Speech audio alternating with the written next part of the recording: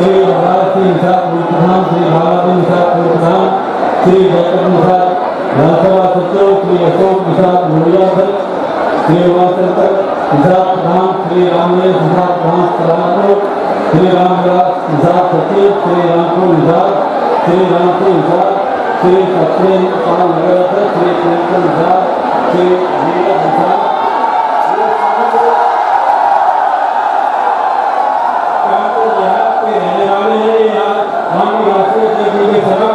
Party join किए हैं, इनका पार्टी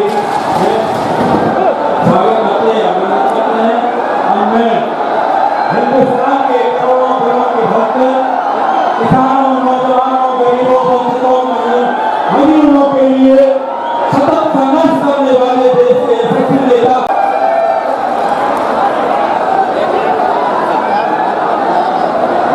के दूर दराज से आए एक एक कार्यकर्ता, एक एक नौजवान साथी हो। साथियों, आज तो 2024 का चुनाव, एक और भारतीय जनता पार्टी भारत के संविधान को खत्म करना चाहती है, दूसरी ओर इंडिया गठबंधन लोकतांत्रिक भारत लोकतंत्र को बचाना चाहती है। साथियों, हम आपके बीच के हैं, नारायणनाथ सहरवाल आपके बीच के हैं, आपके हमेशा साथ रह करके मिलजुल करके काम करने का पूरा भरोसा आपको दिलाते हैं तथा सामान्य राष्ट्रीय की तो हम भरोसा दिलाते हैं कि आपके पदचिन्हों पर चल करके समाजवादी पार्टी तथा इंडिया गठबंधन के साथ मिलकर के इस देश की तरक्की के लिए हमेशा अब काम करते रहेंगे और जो जन समस्याएं हैं उन समस्याओं का निराकरण नारायणनाथ सहरवाल हमेशा करता रहेगा, ये आपको हम विश्वास दिलाते हैं। साथियों, इन्हीं चंद शब्दों के साथ जिनका आपको बहुत समय अब मैं हिंदुस्तान के करोड़ों दिलों की धड़कन, किसानों, नौजवानों, गरीबों, वंचितों, मजलूमों के लिए सतत संघर्ष करने वाले देश के यशस्वी नेता आदरणीय श्री अखिलेश यादव जी, राष्ट्रीय अध्यक्ष समाजवादी पार्टी से विनम्र प्रार्थना करते हैं, अपील करते हैं कि वो आए और उपस्थित जन समुदाय को संबोधित करें।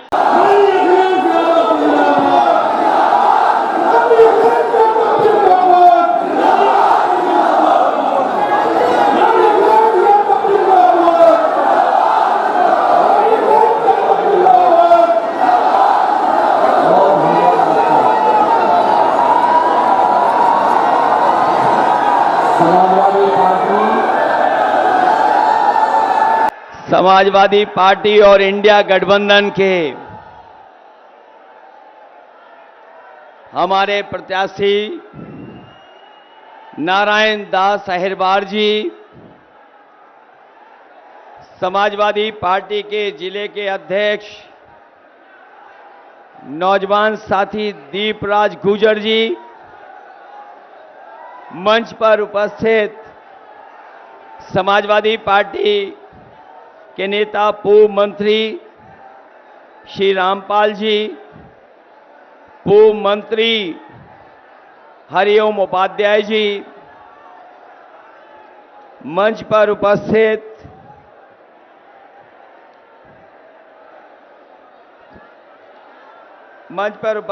पार्टी के हमारे दूसरे जिले के अध्यक्ष बबलू यादव जी, पूर्व विधायक शिवराम कुशवाहा जी, वीरपाल सिंह यादव जी, अजहर बेग साहब, पूर्व विधायक दीप नारायण जी, दयाशंकर वर्मा जी, लाखन सिंह यादव जी, नरेंद्र पाल जी, वीर सिंह यादव, सन सिंह सिरसा जी, महेंद्र कठेरिया, राघवेंद्र सिंह जी, धीरेन्द्र यादव, बहुत ही वरिष्ठ नेता, समाजवादी पार्टी में राष्ट्रीय सचिव, पूर्व विधायक आर.एस. कुशवाहा जी, पूर्व विधायक सुरेंद्र सरसेला जी, और मैं बहुत सारे हमारे समाजवादी पार्टी के नेता, जिनके मैं नाम नहीं ले पा रहा हूं, सभी हमारी पार्टी के वरिष्ठ नेता इस चुनावी जनसभा में उपस्थित, सभी हमारे किसान भाई, बड़ी संख्या में हमारे नौजवान साथी, पत्रकार बंधु और माताएं बहनें, मैं सबसे पहले यहां पर इस सभा में उपस्थित आप सबका बहुत बहुत धन्यवाद और आभार प्रकट करना चाहता हूं। मैं देख रहा हूं कार्यक्रम में जहां पंडाल में कुछ छाया है, लेकिन गर्मी और उमस है, लेकिन हमारे बाईं तरफ और पीछे की तरफ पंडाल और पंडाल के बाहर भी और दाईं तरफ और जहां से मैं चल के आया हूं, जो पीछे पंडाल और हेलीकॉप्टर और आसपास लोग हैं, जहां इतनी तपती हुई गर्मी है, दोपहरी है, थोड़ी बहुत धूप अपनी गमछों से बचा रहे हैं, लेकिन उसके बावजूद भी बड़ी संख्या में हमें लोग दिखाई दे रहे हैं। ये जो जन सैलाब दिखाई दे रहा है, ये जो समर्थन है जन सैलाब का, ये बता रहा है कि नारायण दास अहिरवार जी इस बार रिकॉर्ड मतों से जीत करके जा रहे हैं। अभी तक जो चुनाव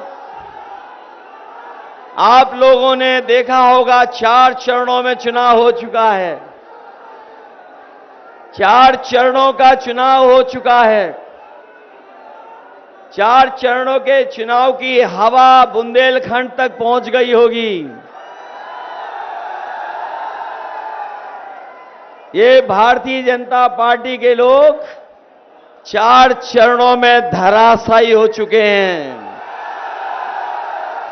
और जब ये चुनाव बुंदेलखंड की तरफ आया है, तो बीजेपी का जो अहंकार है, बीजेपी का अहंकार को बुंदेलखंड की जनता उनके अहंकार को खंड खंड करने का काम करेगी। जहां हमारी बुंदेलखंड की धरती के लोग अपने दुश्मन को पहचानते हैं, जहां बुंदेलखंड इनके अहंकार को खंड खंड कर रहा है, जहां बुंदेलखंड की जनता अपने दुश्मन को पहचानती है, वहीं इस बार बुंदेलखंड के लोगों ने ये मन बना लिया है कि जिन लोगों ने उन्हें धोखा दिया है, उनका इस बार भ्रम दूर करने का काम बुंदेलखंड की जनता करेगी। अब चुनाव आया है असली पथरीले इलाके में, और उस क्षेत्र में चुनाव आया है जहां पर बीजेपी की झोली कभी खाली नहीं गई। आपने भर भर के वोट दिया बुंदेलखंड की जनता ने। इनके लोकसभा के सांसद भी जीते। 10-10 साल से यहां पर सांसद हैं। सरकार इनकी 10 साल से है। उत्तर प्रदेश की सरकार 7 साल से है। बताइए इनसे हिसाब लोगे कि नहीं लोगे इस बार चुनाव में? जो बुंदेलखंड की जनता और खासकर उरई, जालौन और कालपी की जनता को इस सरकार ने कुछ नहीं दिया। इनकी दिल्ली वाली सरकार, लखनऊ वाली की सरकार, इन्होंने इस क्षेत्र के लिए और इस क्षेत्र के विकास तो दिया ही नहीं, और यहां से योजनाएं भी दूर रखी। और उसका परिणाम ये हुआ कि ये सरकार जो कहती थी कि किसानों की आय दोगुनी कर देंगे, हमारे बुंदेलखंड के किसान जानते होंगे, उनकी लागत बढ़ गई, लेकिन उनकी पैदावार की कीमत या आय जो बढ़ाने की बात कही थी, आज हमारा किसान संकट में चला गया। इनकी आय दोगुनी नहीं हुई, न आय दोगुनी की, और महंगाई बताइए कहां पहुंचा दी। महंगाई आसमान पहुंचा दी। आज चाहे वो खाद खरीद रहा होगा किसान, चाहे डीएपी ले रहा होगा, चाहे कीटनाशक दवाई ले रहा होगा, सिंचाई के लिए अगर डीजल ले रहा होगा, बिजली ले रहा होगा, आज हर चीज भारतीय जनता पार्टी की सरकार में महंगी हो गई। और जिस समय हमारे किसान की फसल तैयार हुई, इस सरकार ने कोई व्यवस्था नहीं की जिससे हमारे किसानों की फसल की कीमत भी मिल पाती। न केवल हमारे किसानों को धोखा दिया, बल्कि उनकी हर फसल में इन्होंने लूटने का काम किया। बताओ कि बुंदेलखंड के हमारे किसान भाइयों, गरीब भाइयों, इन्होंने आपको लूटा कि नहीं लूटा? और जो लोग भरोसा दिला के गए थे कि आय दोगुनी हो जाएगी, आज 10 साल बाद बताओ आपकी आय दोगुनी हो गई क्या? हमारा किसान और गरीब संकट में चला गया। जब इनकी मदद होनी चाहिए थी, इन्होंने बड़े बड़े उद्योगपति, बड़े कारोबारी और जो बड़े संपन्न लोग हैं, उनकी मदद की भारतीय जनता पार्टी ने। अभी जब कर्ज माफी की बात आई, इन्होंने करोड़ों करोड़ों रुपए जिन्होंने कर्ज लिए थे बैंकों से, उनका तो कर्ज माफ कर दिया, लेकिन हमारे गरीब किसान जिन्होंने मात्र लाखों में कर्ज लिया होगा, उनका कर्ज माफ नहीं किया। और जिस समय कर्ज माफी का फैसला लिया इन्होंने, उस समय तय किया कि जिनका 5 करोड़ से ऊपर बैंकों का कर्ज है, उनका कर्ज माफ होगा।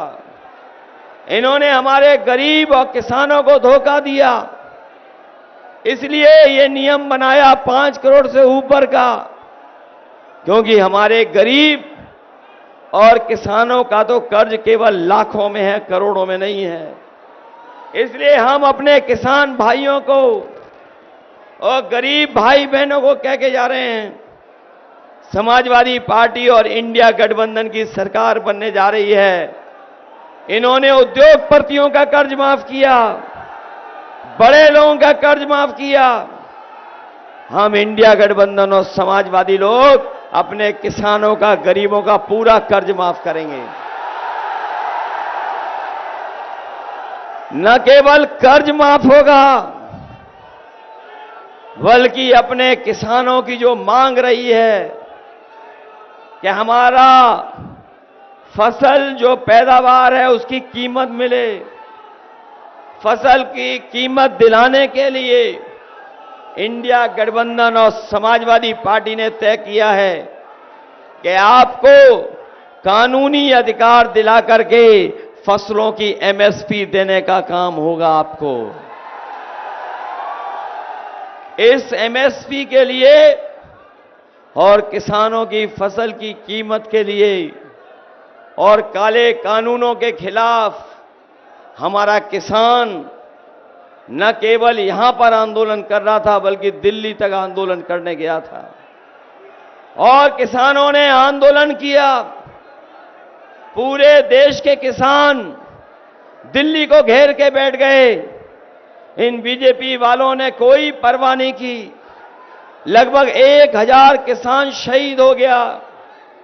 और आज अगर आंकड़े हम लोग देखें, हमारे पत्रकार साथी जागरूक हैं, वो जानते होंगे, जब से बीजेपी की सरकार आई है, हमारे किसानों ने 1 लाख पूरे देश में आत्महत्या की है।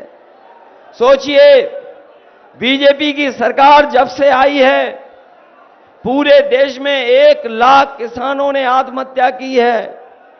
और ऊपर से ये काले कानून ला रहे थे, एमएसपी नहीं दे रहे थे।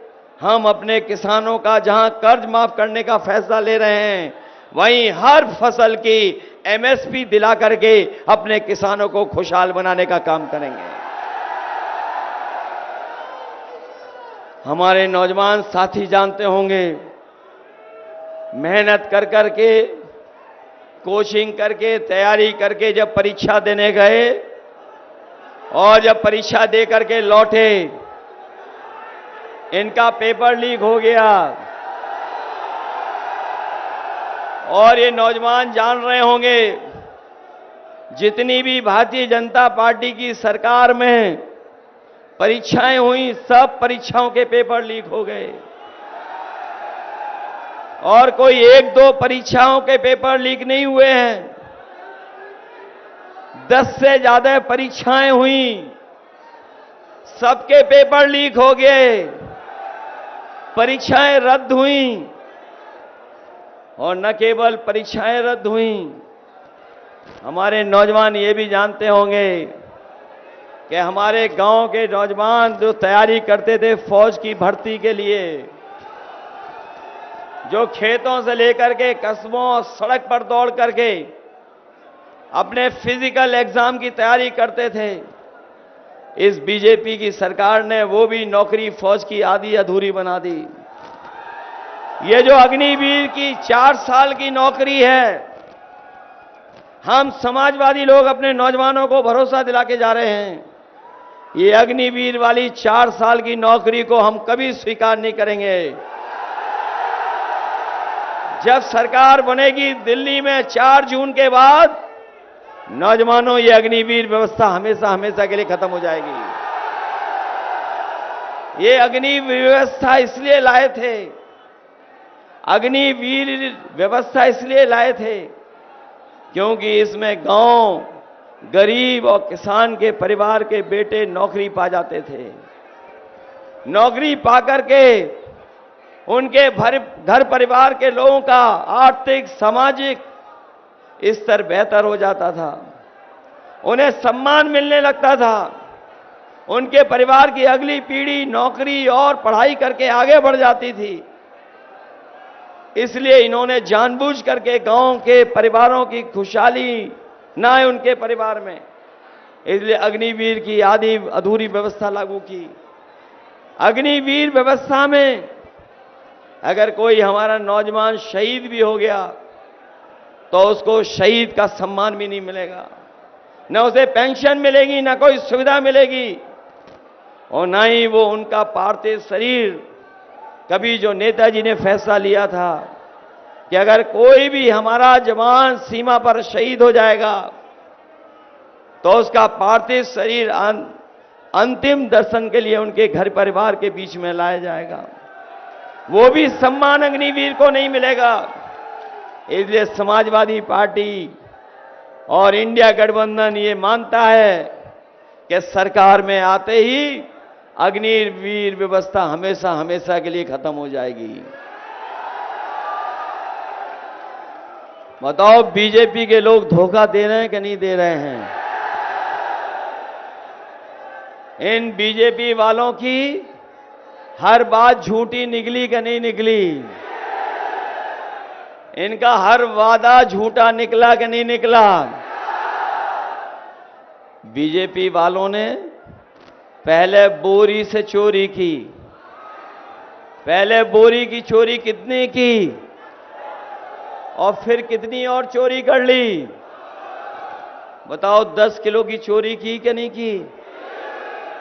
और ये चोरी कभी कभी सोचते होंगे आप लोग कि ये बोरी की चोरी इन्होंने कहां से सीखी है। कभी आपने बाजार में पार्ले जी का बिस्किट पैकेट देखा था, बड़ा वाला? पहले कितना बड़ा पैकेट आता था और अब कितना पैकेट हो गया? अब कितने बिस्किट इस पैकेट में आते हैं? याद रखना, बीजेपी वाले आ गए तो एक बिस्किट का पैकेट आपको खरीदना पड़ेगा। ये बोरी की चोरी इन्होंने पार्ले जी बिस्किट से सीखी। महंगाई बढ़ाई, मुनाफा कम नहीं किया इन्होंने। न केवल बोरी से चोरी की है, बताओ दवाइयां महंगी हो गई कि नहीं हो गई? जो बुखार हमारा आपका पैरासिटामोल गोली जो हम खाते थे 500 mg की,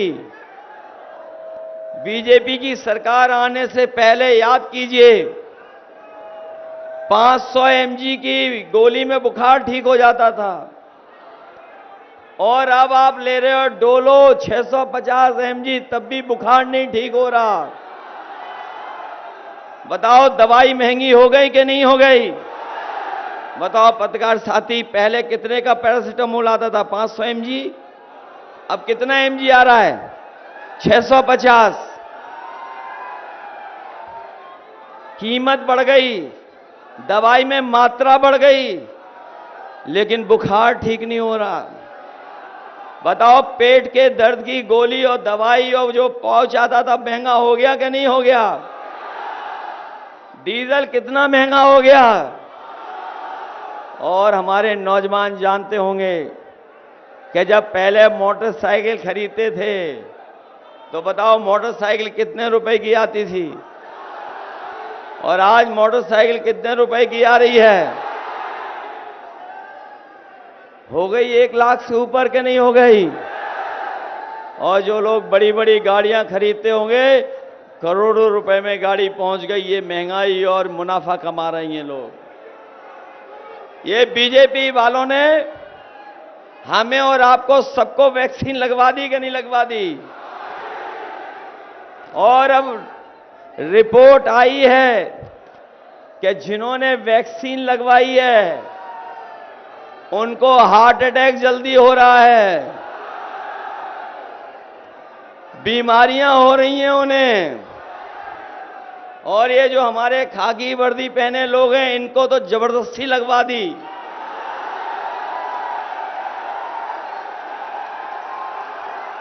बताओ जबरदस्ती लगाई कि नहीं लगा दी? लेकिन हम बच गए, हमने नहीं लगवाई। और अब वैक्सीन कंपनी वाले ये लोग कह रहे हैं कि हम वैक्सीन वापस ले लेंगे। बताओ लगी हुई वैक्सीन हमारे शरीर से कैसे वापस निकालेंगे? बताओ आप। आपने ये पता किया कि नहीं पता किया? जो वैक्सीन कंपनी है वो कह रही है कि अब हम वैक्सीन वापस ले लेंगे। बताओ जो वैक्सीन हमारे आपके शरीर में चली गई वो वापस कैसे ले लेंगे? और जो वैक्सीन जिसने लगवाई, जिससे ली इन्होंने बीजेपी के लोगों ने, बताओ उससे पैसा वसूल लिया कि नहीं वसूला? और ये जो इलेक्टोरल बॉन्ड हैं, इसमें बीजेपी ने जो भ्रष्टाचार किया है, बड़ी बड़ी कंपनियों से पैसा वसूल लिया इन्होंने। बताओ पैसा वसूला कि नहीं वसूला? और जब से इलेक्टोरल बॉन्ड की जानकारी सबको हो गई है, बीजेपी वालों का बैंड बज गया, इनकी पोल खुल गई है। बताओ इलेक्टोरल बॉन्ड से जो इन्होंने गरीबों का पैसा कंपनियों से वसूला, चंदा के नहीं वसूला। अभी तो इलेक्टोरल बॉन्ड की पोल खुली है, अभी दान वाली पोल नहीं खुली है। अभी दान वाली भी पोल खुलेगी। अगर सबसे ज्यादा लूटने का काम किसी ने किया है तो भारतीय जनता पार्टी के लोगों ने किया है। और अब ये हमारी जान के पीछे तो पड़े ही थे, अब हमारे आपके बाबा साहब भीमराव अंबेडकर जी का दिया हुआ संविधान उसके भी पीछे पड़ गए। बताओ पीछे पड़ गए कि नहीं पड़ गए संविधान के पीछे?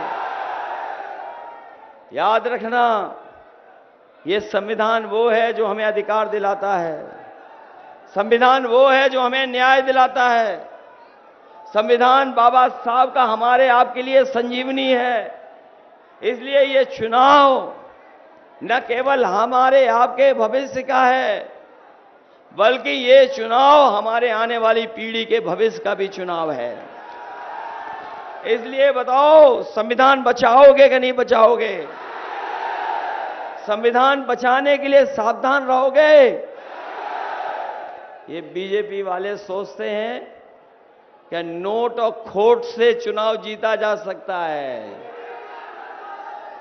ये सोचते हैं वोट से नहीं, नोट से और खोट से चुनाव जीत सकते हैं। इसलिए आप लोग सावधान रहोगे चुनाव के दिन के लिए। अपने अपने बूथ की रक्षा करोगे कि नहीं करोगे? अभी कल के चुनाव में बूथ की रक्षा के लिए हमें भी सड़क पे आना पड़ गया। ये बीजेपी के लोग लूट रहे हैं, ये वोट को लूटना चाहते हैं। बताओ, इनके लूटने का भ्रम आप दूर कर दोगे कि नहीं कर दोगे? ये खाकी वर्दी वाले भाई लोग हमारे कभी कभी नाराज हो जाते हैं हम लोगों से। इन्हें नहीं पता है कि अभी तो बीजेपी वालों ने फौज की नौकरी 4 साल की है। ये बीजेपी वाले सरकार में आ गए तो ये जितने खाकी वाले दिखाई दे रहे हैं, इनकी नौकरी 3 साल की कर देगी।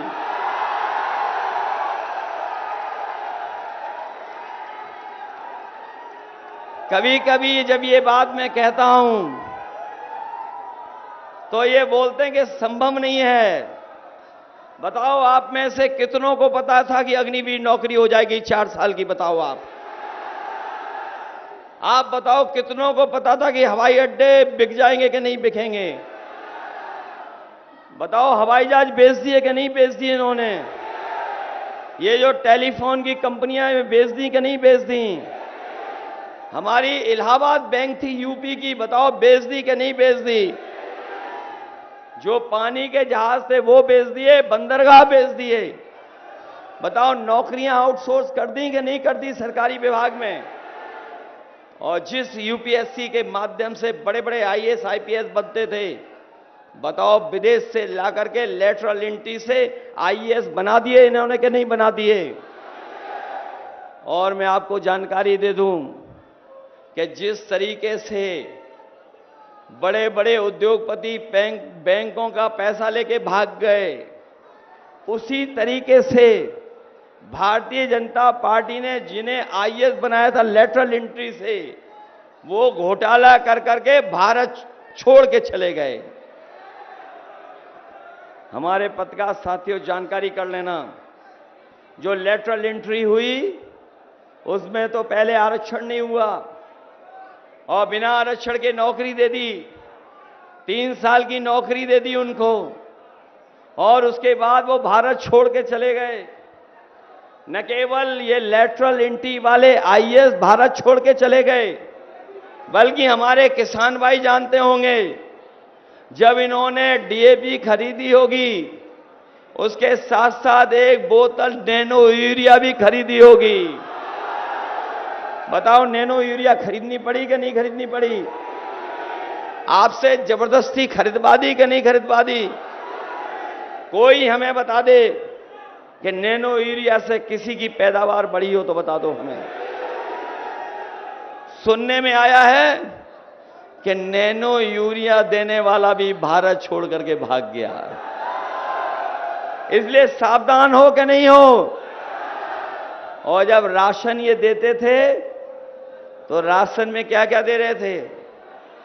चना दे रहे थे, चुनाव में नमक दे रहे थे, रिफाइंड तेल दे रहे थे, और आपसे वोट ले लिया और उसके बाद राशन में अब क्या क्या दे रहे हैं आपको?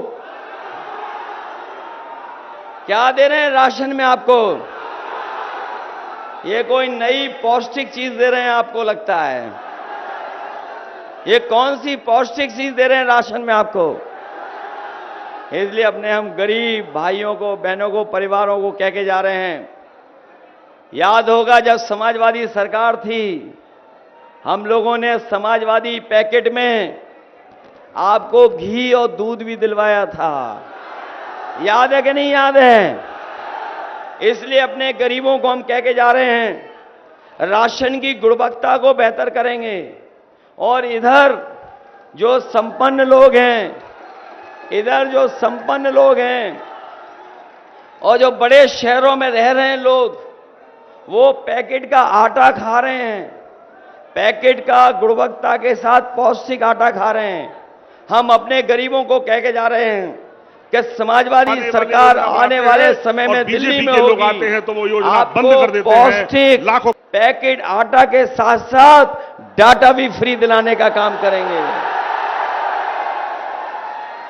और डाटा इसलिए फ्री देंगे कि जब ये मोबाइल कंपनी आई थी, आपको अपना मोबाइल बेचने के लिए डाटा फ्री दे रहे थे। बताओ, डाटा का पैसा देना पड़ रहा कि नहीं देना पड़ रहा? और जब कोरोना आया था तो हमारे गरीब परिवारों के बच्चों का 1 साल, किसी का 2 साल खराब हो गया। इसलिए खराब हो गया क्योंकि वो ऑनलाइन पढ़ाई नहीं कर सकते थे, क्योंकि उनके पास लैपटॉप नहीं था, मोबाइल नहीं था, इंटरनेट नहीं था।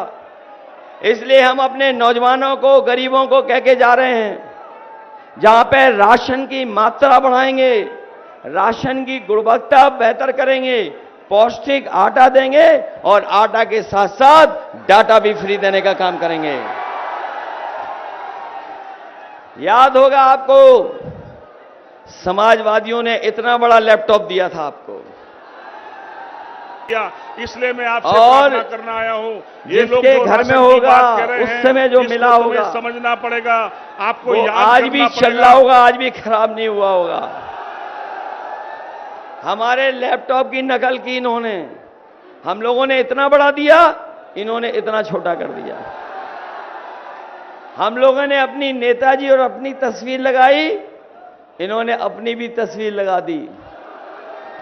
और इतना रद्दी दिया है कि नौजवान चलाते होंगे, उंगली घिसते रहते होंगे, वो चलता नहीं होगा। बताओ, रद्दी दिया कि नहीं दिया? इसलिए जहां समाजवादियों ने काम किए थे, आपकी एम्बुलेंस दी थी, यहां मेडिकल कॉलेज नेताजी ने दिया था, अगर याद हो आपको।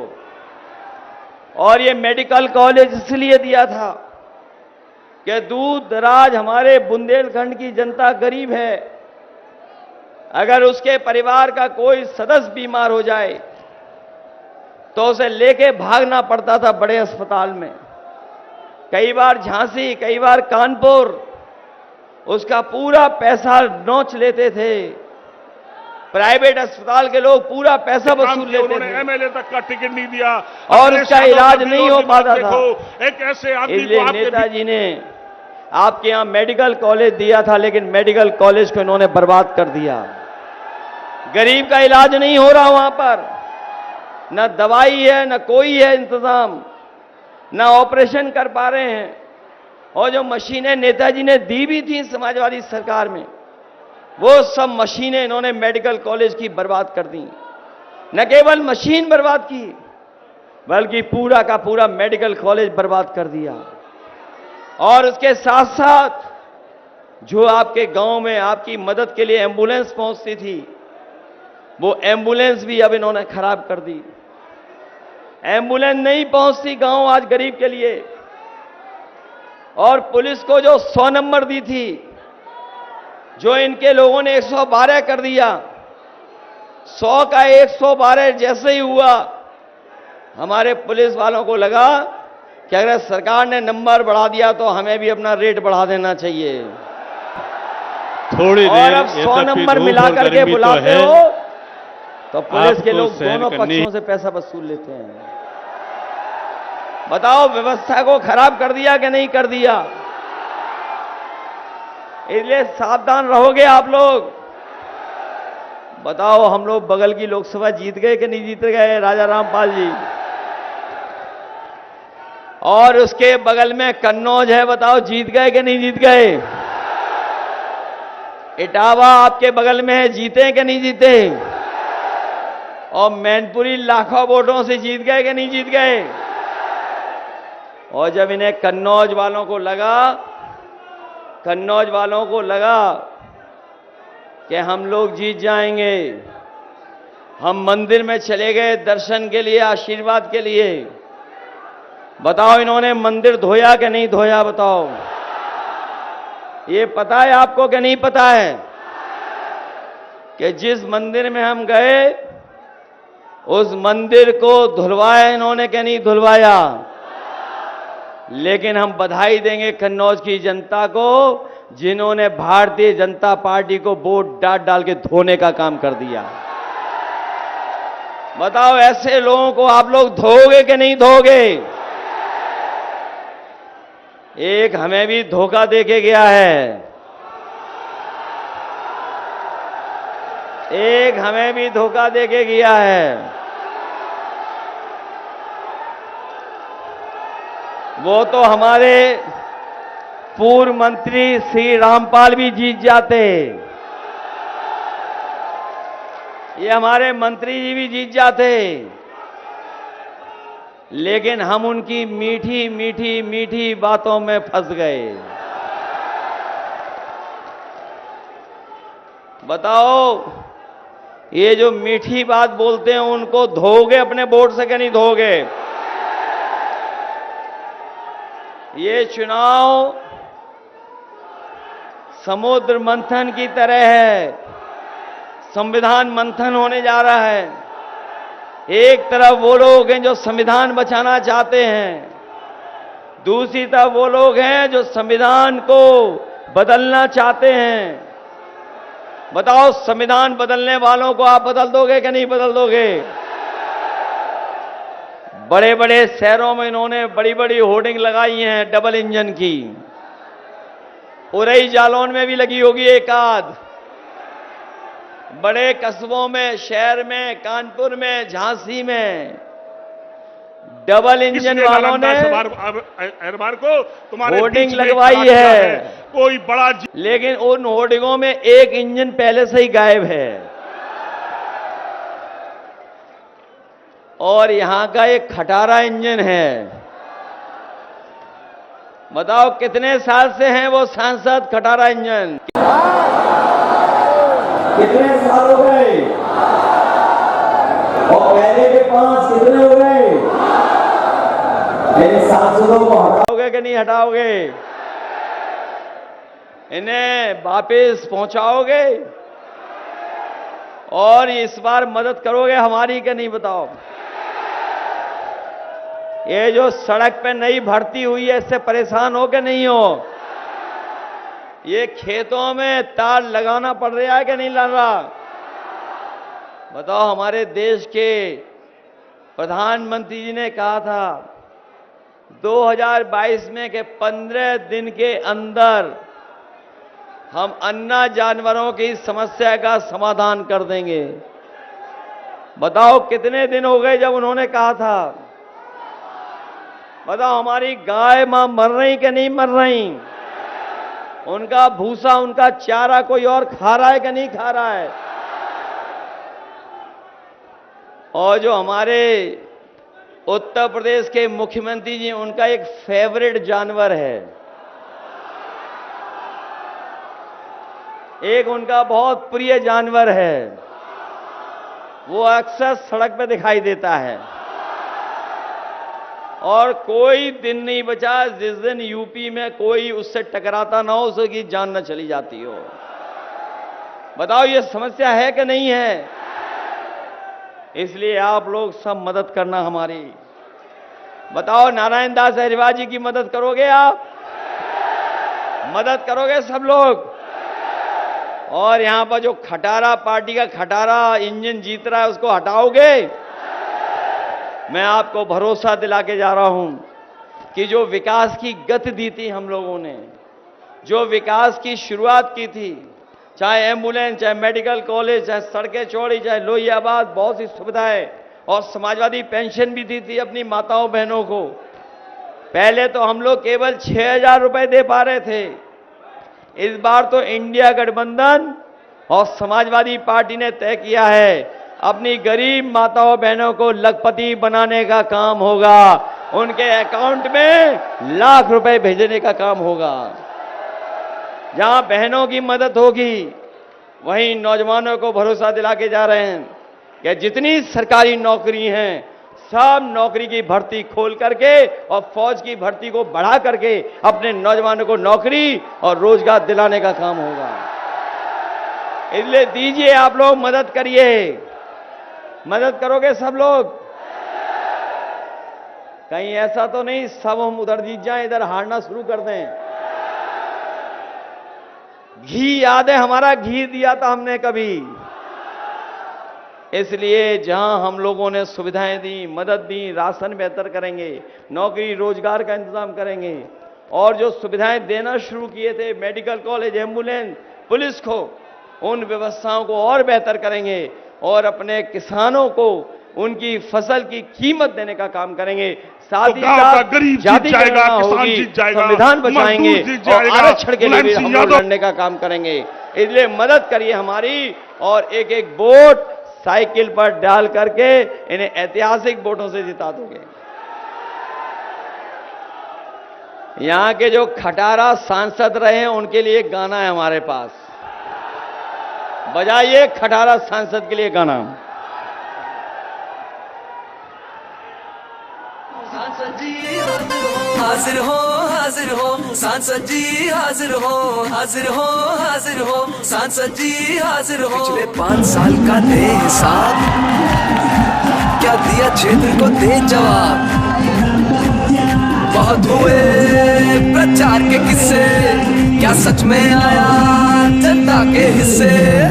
सांसद जी आकर बदलाओ, नहीं तो वापस फिर ना आओ, नहीं तो वापस फिर ना आओ, नहीं तो वापस फिर ना आओ। हाजिर हो, हाजिर हो, सांसद जी हाजिर हो, हाजिर हो, हाजिर हो, सांसद जी हाजिर हो। किसान को भूले वोट को लेकर आए दुगनी का हाँ जुमला देकर, छुट्टा पशुओं ने किया नाक में दम, करी यूरिया बोली से कम।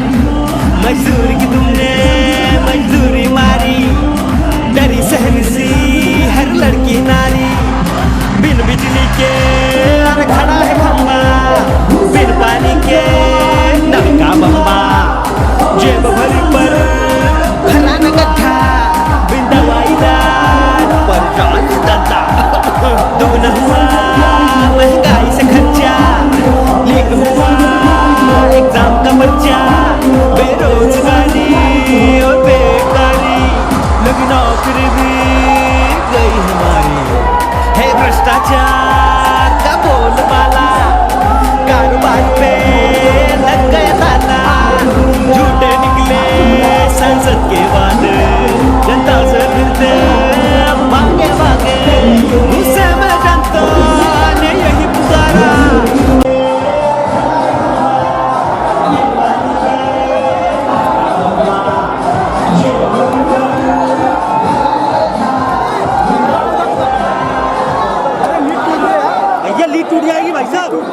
अखिलेश जी आज यहाँ पर मौजूद हैं। आप प्रधानमंत्री ने भी अपना nomination. Akhilesh ji, today you are in Urai. प्रधानमंत्री जी also filed his nomination from Varanasi. He is saying that he will win with a vast majority. आगे करो, आईडी ऊपर करो, सहारा नीचे करो यार। अरे मुंह नहीं दिख रहा ये भारतीय जनता पार्टी है। मोबाइल हटाओ। ये बंदे आते इनका अहंकार खंड हो जाएगा। ये जो भारतीय जनता पार्टी खेलती हुई पार्टी जो जिनका गिराव गिरते हुए चला जा रहा है, गर्त में गिरेगा जाता, अब नीचे जा रही है। आगे ले जाओ। इतनी नीचे पहुंचेगी, इसका कोई हिसाब किताब नहीं है। आगे बढ़ रहे हैं, जनता का गुस्सा भी इनके खिलाफ बढ़ता चला जा रहा है। और देख लेना आप, जब 7वें चरण में चुनाव आएगा, जनता का गुस्सा इनके खिलाफ 7वें आसमान पर होगा। इन्होंने किसान को धोखा दिया, नौजवानों को नौकरी रोजगार बेबर्डी करा दिए, छोटे इन्वेस्टमेंट मीटिंग दिखाई, डिफेंस एक्सपो दिखाया और केवल सपने दिखाए और इनका हर जुमला झूठा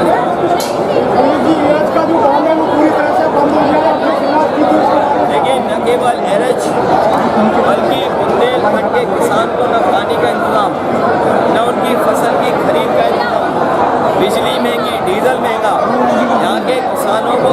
कर दिया है, दुखी कर दिया और राशन के नाम पर धोखा। इसलिए बुंदेलखंड के लोग इनके खिलाफ मतदान करने जा रहे हैं। बुंदेलखंड के लोग ये पहचानते हैं कि उनका राजनीतिक दुश्मन कौन है। इस चुनाव में बुंदेलखंड के लोग भारतीय जनता पार्टी का अहंकार को खंड खंड खंड करके विदा कर देंगे। डिप्टी सीएम ने एक बयान दिया है, डिप्टी सीएम केशव मौर्य कि अखिलेश जी गुंडों के सरदार हैं। देखिए, आपको पता होगा कि गुंडे माफिया अपराधी कौन है, और वो लोग हैं जो नौजवानों के पेपर लीक करा रहे हैं। वो गुंडे माफिया अपराधी हैं जो नौजवानों के पेपर लीक करा करके पेपर लीक करने वालों को बचा रहे हैं। वो सबसे बड़े गुंडे, सबसे बड़े माफिया, सबसे बड़े लुटेरे हैं। इंडिया गठबंधन पर मुस्लिम परस्त होने का आरोप लगा रहे हैं। प्रधानमंत्री बनाएगा, लेकिन उनका विजन ही क्लियर। इंडिया गठबंधन पर मुस्लिम परस्त होने का आरोप लगा रहे हैं। समाजवादियों का इंडिया गठबंधन का विजन क्लियर है, और विजन क्लियर है, उसी का परिणाम है। क्या जनता का समर्थन इंडिया गठबंधन समाजवादी पार्टी के साथ है। इंडिया गठबंधन जो लोग मनमर्जी हैं, जो अपनी बात, मन की बात कह रहे हैं, उसको इस बार जनता, जो भारतीय जनता पार्टी गैंग है, उसको 140 करोड़ की जनता 140 सीटों पर रोक देगी। और अब मन की बात कोई नहीं सुनना चाहता, सब संविधान की बात सुनना चाहते हैं। मुख्यमंत्री जी जो धोखा किसने मनमर्जी दिया हैं, आपको? धोखा बुंदेलखंड जो मनमर्जी थे, आत्मतुष्टिकरण करते थे, जो आत्मतुष्टिकरण से प्रसन्न होते थे, उनको जनता जवाब देने जा रही है। 140 करोड़ जनता भारतीय जनता पार्टी के गैंग को 140 सीटों पर रोक। चौथा चरण होने के बाद इंडिया गठबंधन में मुस्लिम परस्त होने का आरोप लग रहा है। देखिए, इंडिया प्रधान सांसद उन्होंने नॉमिनेशन किया है, तो कम से कम क्यूटो तो बोले उसको। और हम वाराणसी काशी नहीं बोलते हैं। प्रधान सांसद जी ने क्यूटो में नॉमिनेशन किया है। मुख्यमंत्री जी अगला पीएम कौन होगा? क्यूटो के विजन को धोखा दे करके मिल गया है रोजगार देंगे, जाइए। जो क्यूटो का विजन दे करके जनता का वोट ले लिए, जनता उन्हीं को तरसा देगी, क्योंकि क्यूटो नहीं बना है। इंडिया गठबंधन में मुस्लिम परस्त होने का आरोप लगा रहे हैं। वो लोग कह रहे हैं जो आत्मतुष्टिकरण में व्यस्त हैं, जो मनमर्जी हैं, जो मन की बात कहते हैं, जो 140 करोड़ लोगों की बात नहीं सुनते, जो संविधान की बात नहीं करते, वो सबसे बड़े आत्मतुष्टिकरण वाले लोग हैं। बुंदेलखंड में किसने धोखा दिया? बुंदेलखंड में जिसने धोखा दिया, चिकनी चुपड़ी बातें करने वालों ने धोखा दिया, संविधान को खत्म करने वालों ने धोखा दिया, जिन्होंने मंदिर धुलवाया, उसको बुंदेलखंड की जनता धो देगी इस बार। अगला पीएम कौन होगा? ने कल वोटिंग पर कहा है कि समाजवादी पार्टी के कार्यकर्ताओं ने कई जगह बूथ कैप्चरिंग की, कई जगह गुंडागर्दी। पुलिस तुम्हारी, सरकार तुम्हारी, इसीलिए मैंने कहा भारतीय जनता पार्टी जो लूटने की संस्कृति रखते हैं, जो खोट, लूट और नोट से लोकतंत्र को बदलना चाहते हैं, जनता जागरूक है, अपने वोट से इनको बदलना। चौथी फेज की वोटिंग के बाद इंडिया अलायंस को किस स्थिति में देखते हैं? चौथे फेज के बाद एकदम बढ़ता चला जा रहा है इंडिया गठबंधन, और भारतीय जनता पार्टी नीचे जाती जा रही है, गर्त में जाती जा रही है। अगर गठबंधन की सरकार बनती तो बुंदेलखंड में क्या होगा? बुंदेलखंड के किसान खुशहाल होंगे, नौजवानों को नौकरी रोजगार मिलेगा, पानी का इंतजाम होगा, बिजली सस्ती होगी, और स्वास्थ्य की सेवाएं होंगी, और सड़कों पर, खेतों पे सुरक्षित आपको रखा जाएगा। बोलेंगे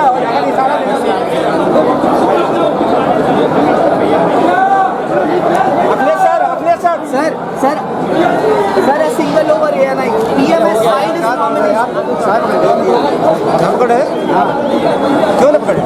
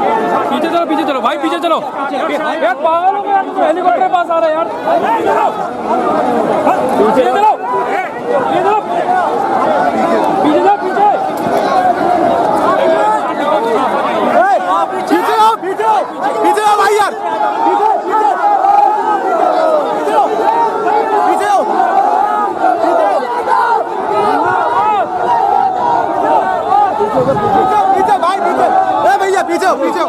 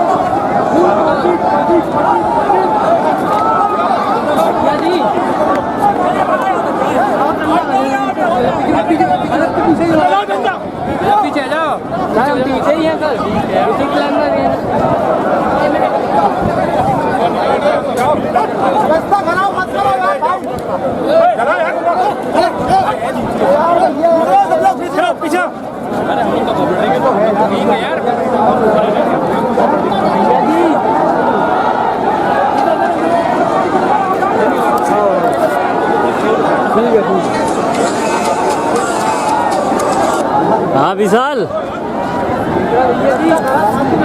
अरे तुम स्टैंड बंद कर लो, आ रहे बस अभी हाल आ रहे हैं।